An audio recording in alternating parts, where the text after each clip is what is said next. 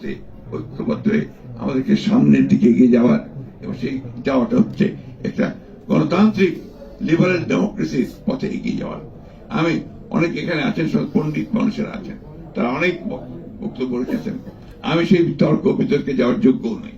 তবে এইটুকু বুঝি যে আমার যে মানুষগুলো সলিমুদ্দিন যার কিছুক্ষণ আগে আমাদের সেলিম সাহেব যে বললেন যে আপনার যে কথা, সেটাই হচ্ছে মূল কথা আর কি, যে তারা কিন্তু মনে করছে যে তার আপনার হালুয়ার টাইট।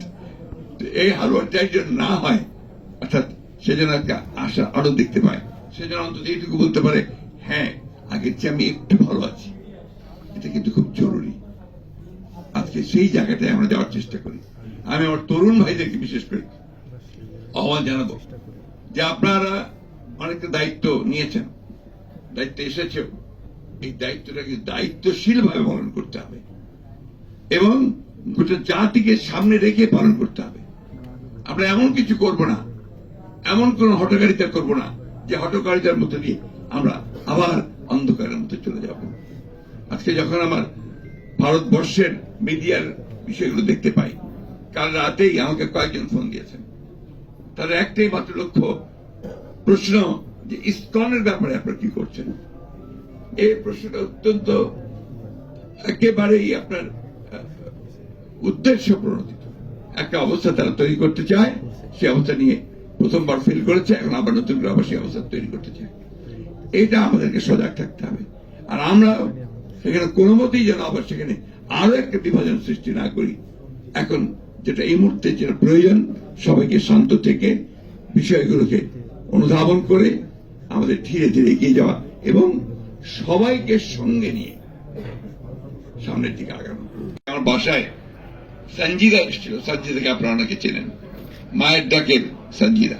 সে তার ভাইকে নিয়ে এসেছিল, সে থাকে আপনার কানাডাতে। সে এসে বলছে, স্যার আজকে মন খুব খারাপ। কেন? গত কয়েকদিন ধরে যা দেখছি তাতে করে স্যার আমার মন খারাপ হয়ে যাচ্ছে। এই যে এতদিন ধরে যে কষ্ট, যে পরিশ্রম, যে ত্যাগ, যে আত্মজনের চলে যাওয়া, প্রিয় মানুষগুলোর চলে যাওয়া, সবকিছুকে ছাড়িয়ে কেমন যেন একটা ভয়াবহ একটা অবস্থা তৈরি হচ্ছে। আমার মনে হয় এটা অত্যন্ত আপনার পরিকল্পিত ভাবেই এই অবস্থাটা সৃষ্টি করা হচ্ছে, এবং সেটা করছে যে পতিত ফ্যাসিবাদ, তারাই আজকে এই অবস্থাটা তৈরি করছে। আমরা যারা আছি, যারা পক্ষে ছিলাম, যারা লড়াই করেছি, সংগ্রাম করেছি, আমরা কেন এখানে বিভাজন সৃষ্টি করছি? আজকে বিভিন্ন জায়গায় বিভিন্ন কথা শুনে রীতিমতো ভয় হয় যে আজকে আমরা এই সব এখনই এটাকে আমরা পুরো আন্দোলনকে একটা ভিন্ন দিকে নেওয়ার চেষ্টা করছি। আমার কাছে যেটা মনে হয় আমি সেটাই বলছি খুব স্পষ্ট। আমাদের তো লক্ষ্য এখন একটাই হওয়া উচিত, সে লক্ষ্যটা হচ্ছে আমরা একটা সত্যিকার অর্থে গণতান্ত্রিক রাষ্ট্র নির্মাণের জন্য যে সংস্কারগুলো প্রয়োজন, সেই সংস্কারগুলো ন্যূনতম করে আমরা একটা সেই ধরনের একটা রাষ্ট্র গঠন করার জন্য একটা নির্বাচন করে একটা পার্লামেন্টে যাই। অনেকেই বলছেন যে নির্বাচনই তো আপনার গণতন্ত্র নয়। অবশ্যই নয়, কিন্তু তার জন্য তো আপনাকে একটা প্রক্রিয়া লাগে। সেই প্রক্রিয়ার মধ্যে দিয়ে আমরা না যাই, তাতে আমরা সেই জায়গায় গিয়ে পৌঁছতে পারবো না।